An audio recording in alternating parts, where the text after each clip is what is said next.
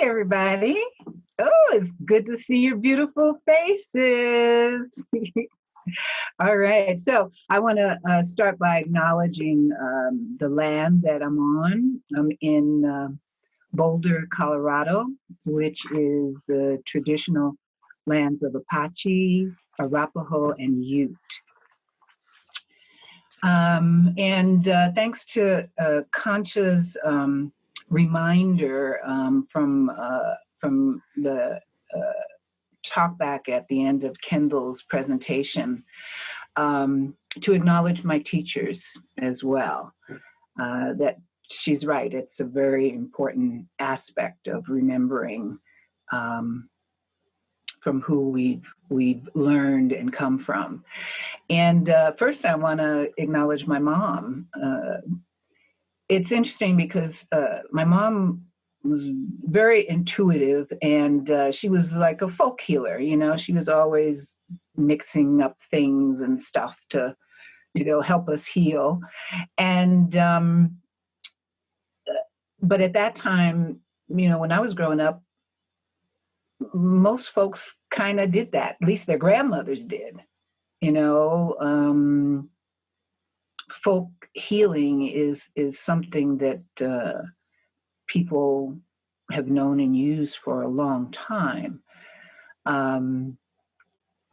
So also I want to acknowledge, my grandmothers, and by that I mean not just my biological grandmothers, but all the grandmothers around me that were always giving us something to drink or eat or smell or a bath or something, that was part of treating our ailments and dis-ease.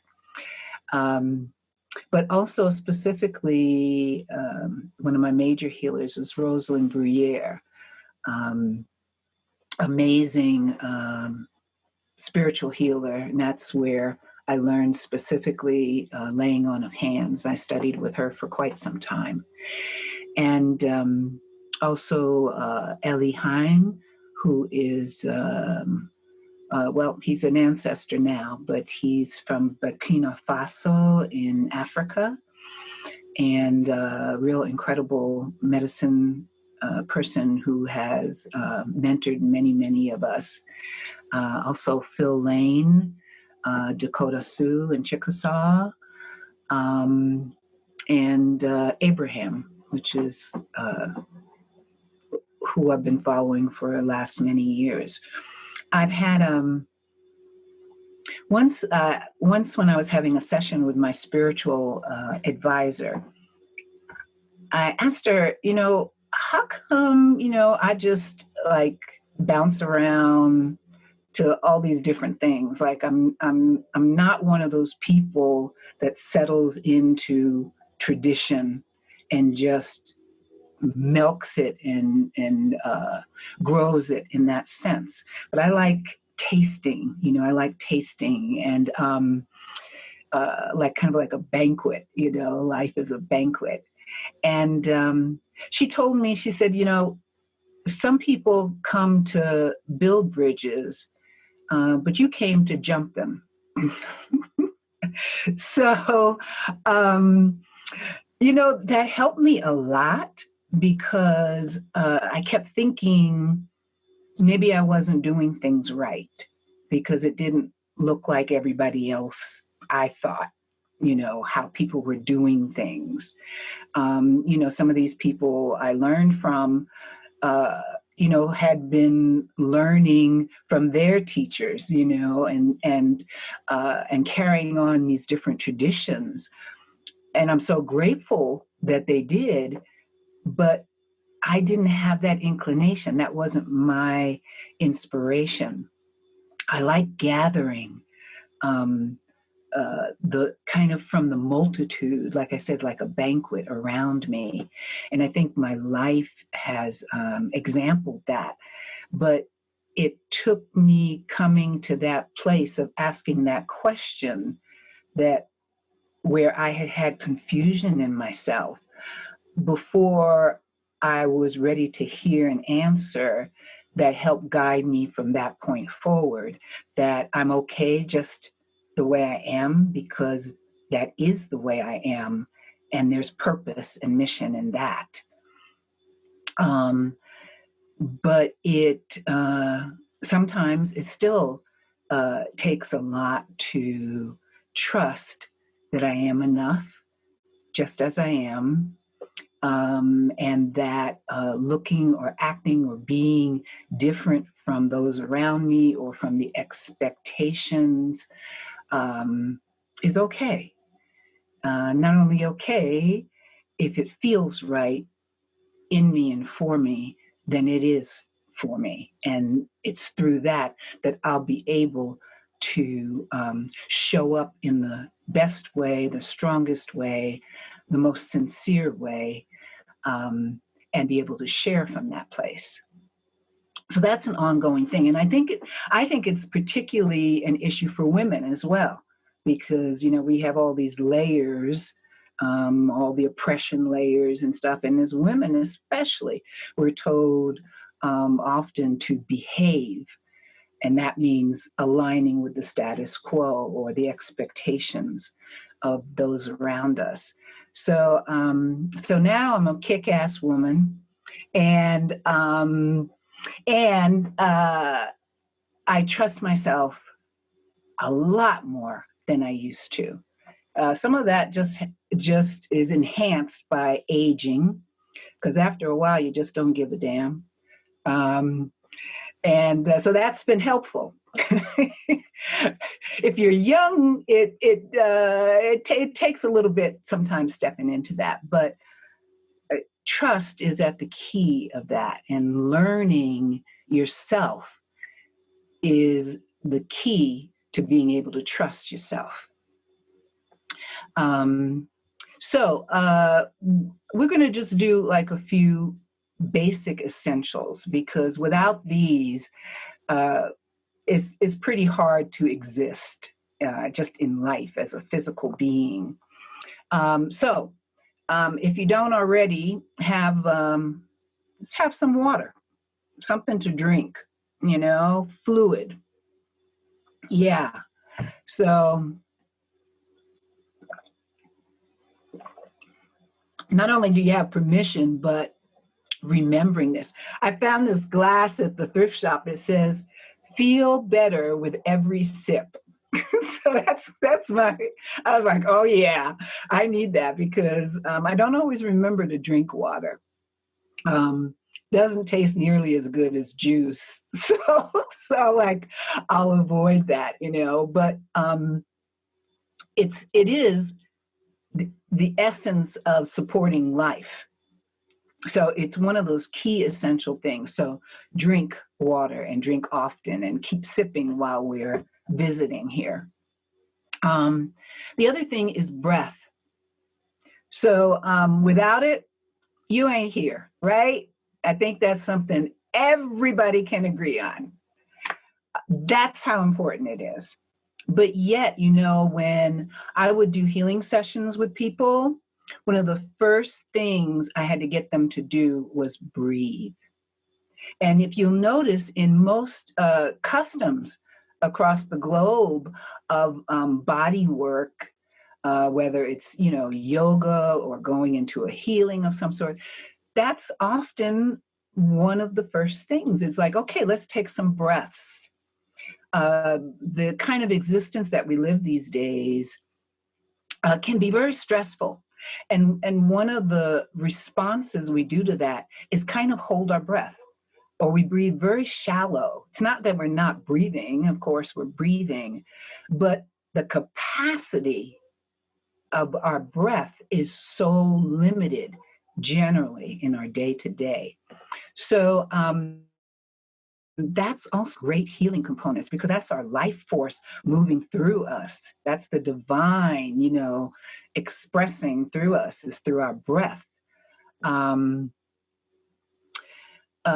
So let's honor our life force, and everybody just take a few wonderful, long, deep breaths and bring it all the way in, down as far as you can, and just love every bit of it.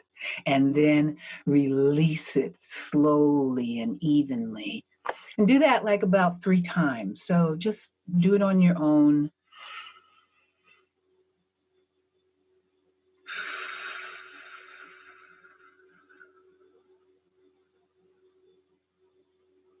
And listen to your breath.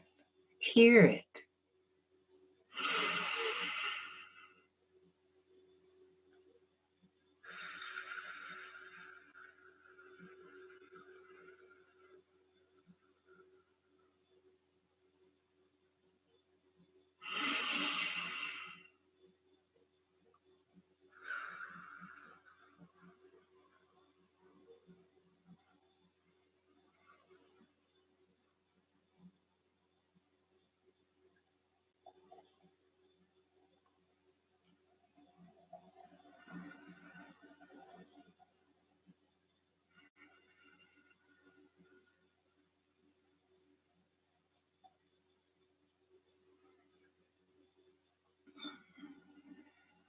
When you come back, take some water. This is a participatory workshop. Okay, so so the other thing is the thing about healing is, we're assistants as healers, and everybody is a healer. You know, there's just some people that have defined it more specifically and have studied or worked with it or allowed it through to a greater capacity. But everybody is a healer, because it's just about our energy and what's happening with it. What's happening with it, what isn't happening with it. There's a Lakota man, Jeffrey Chips, who says, "I'm the spirit's janitor. All I do is wipe the windows a bit so you can see out for yourself." I love that quote. In fact, I'll put it in the chat room for us as soon as I can get there. Okay, here we go.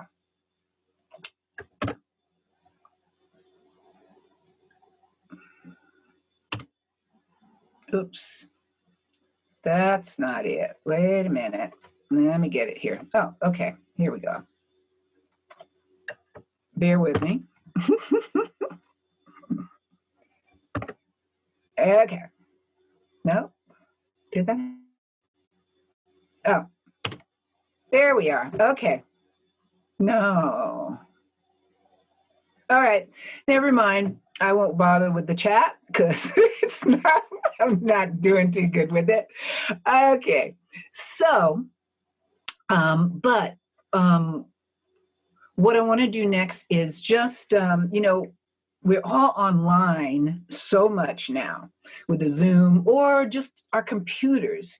I know my life has changed since it's been very computerized. For one, in my body, I can feel it. I end up coming away and my neck is like, and my eyeballs and like everything is like all twerked, right? So, so again, when I'm talking about life essentials, one of the things that distorts our energy the most on a daily basis is tension, right?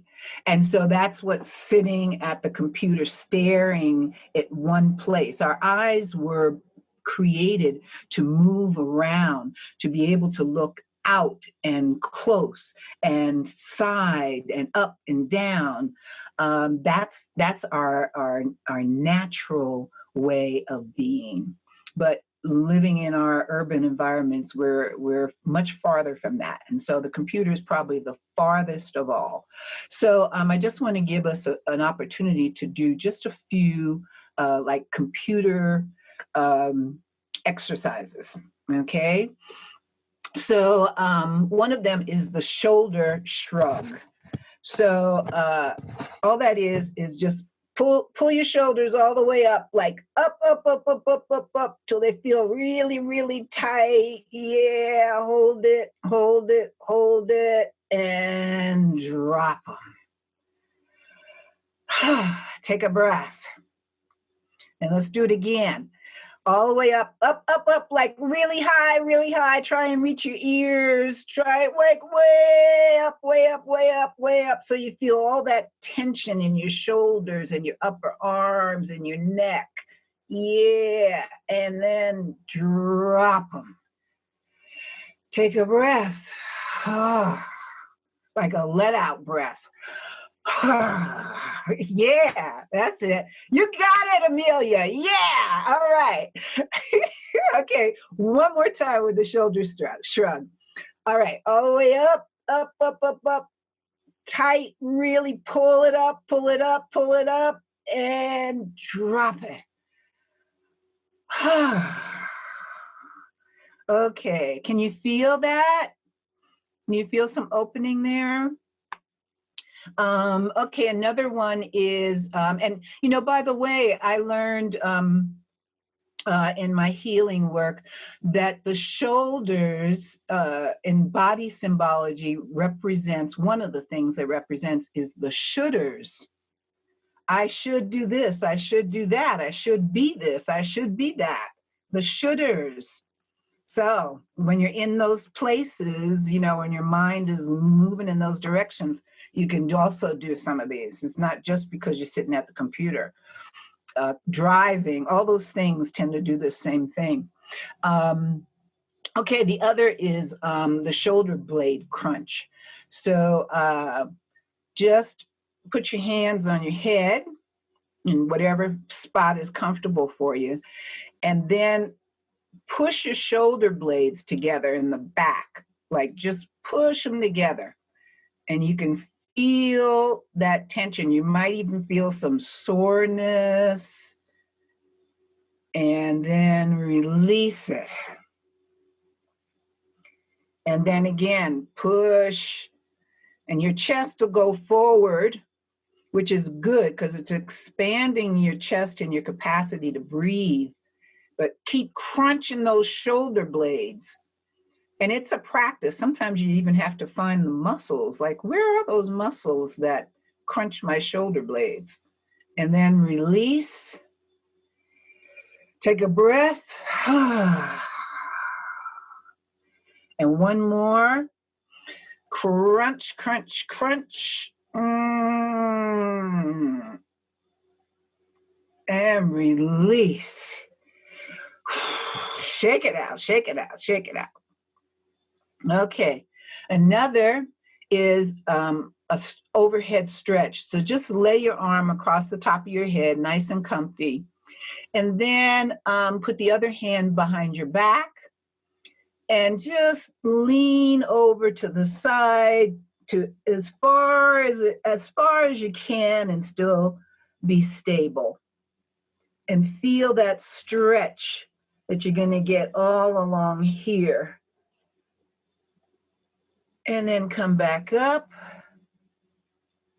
And again, stretch, stretch, stretch, stretch. Oh, man, that feels good. I may just stay here for the rest of the session. So you might have to turn your screen sideways. Okay, and then the other side. Stretch, stretch, stretch, stretch, stretch. Oh, man. I can tell I needed that. And back up. And stretch again. Oh, yeah. Okay. That's what I'm talking about. And back up. Woo! Okay, last one. Put one hand behind you.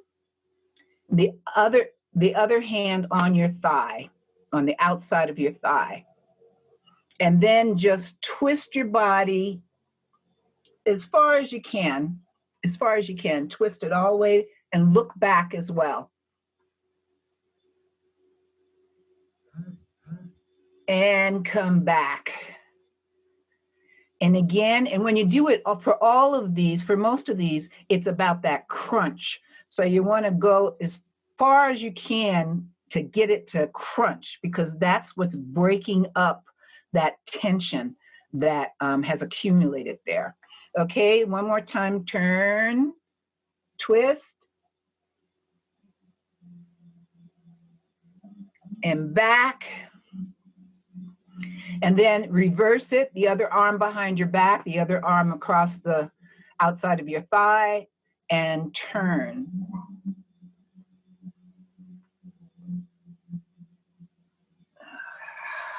And back. And one more twist.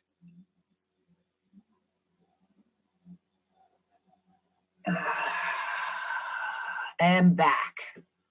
Okay, shake it out. There's some more things we can do, but those are some good basics. And I can't emphasize enough how destructive tension is to the body. It's the beginning of all dis-ease, tension. That's how big it is.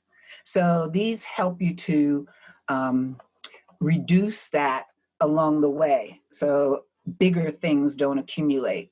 The body is amazing because it's always, always, always telling us, messaging us, guiding us. And the biggest trick to healing is actually being able to listen. That's the trick to life, is being able to listen to guidance, to be able to actually hear it. And the body is one of the most symbolic messaging systems that we have.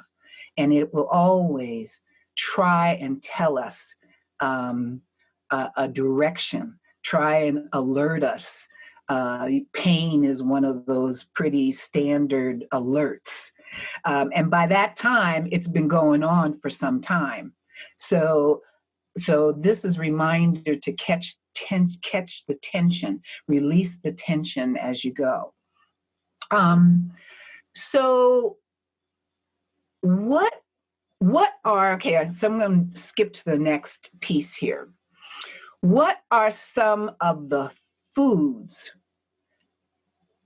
you love that put a smile on your face? So unmute yourself and just shout it out. And you better be smiling when you're talking about it. So what foods put a smile on your face? Red chili. Cucumbers. Green chili. All right, say it loud.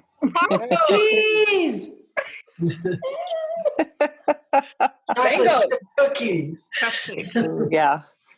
Okay, all right. I love it. I love it. So There's something.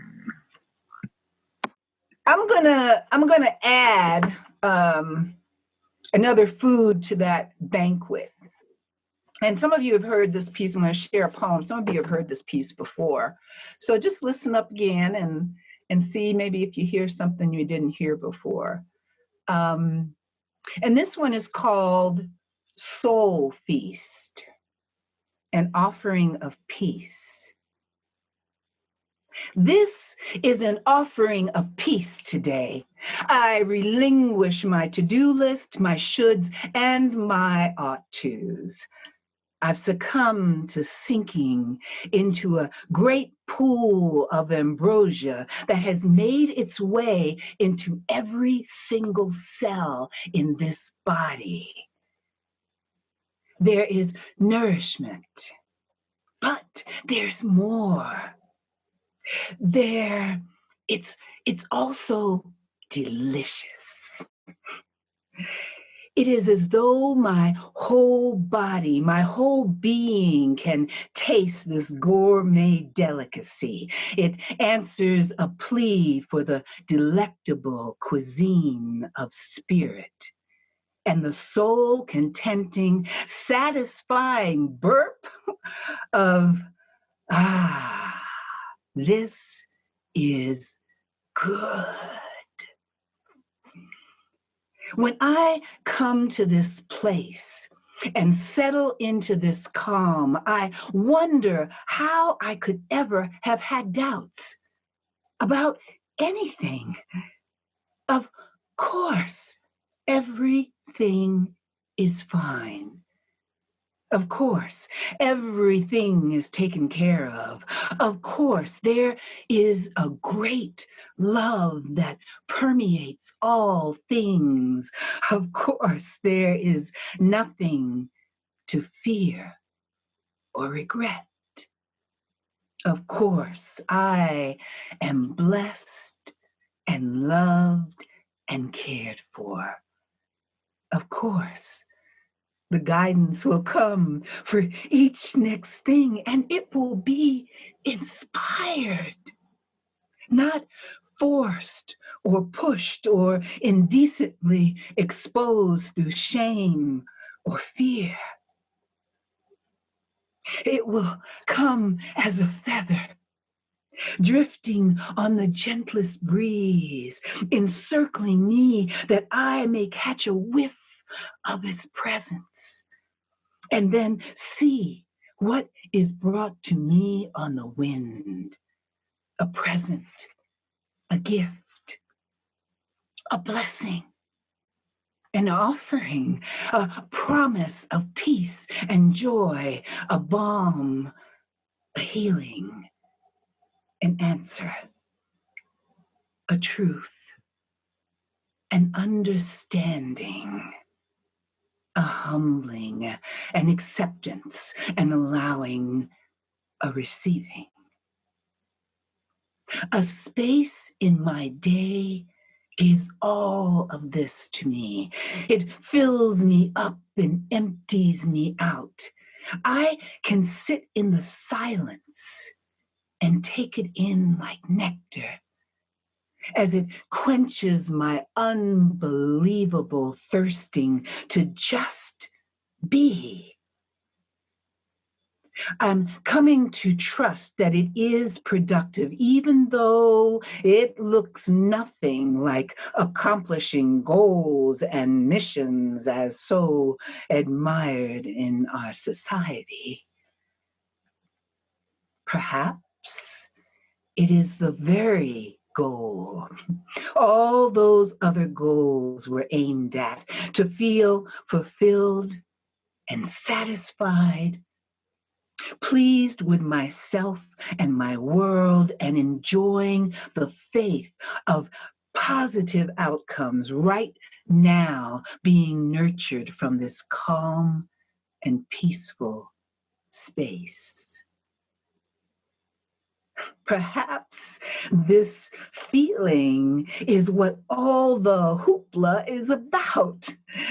It is the fountain of youth being searched for. It's the pot of gold at the end of the rainbow. It's the answer to our reverent prayers and our agonizing pleas for help.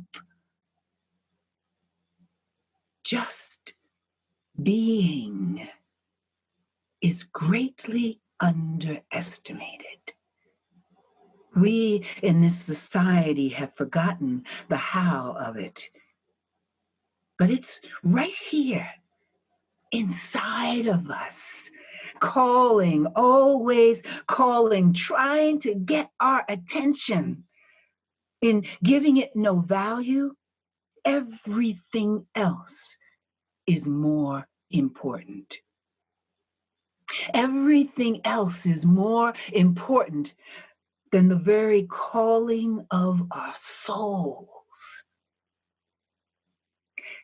Today, I am allowing it to be different. Today, I am quenching the thirst and satisfying the palate for an ancient feast, a soul feast, to nourish my heart and spirit. And there shall be nothing in all the world more important than this.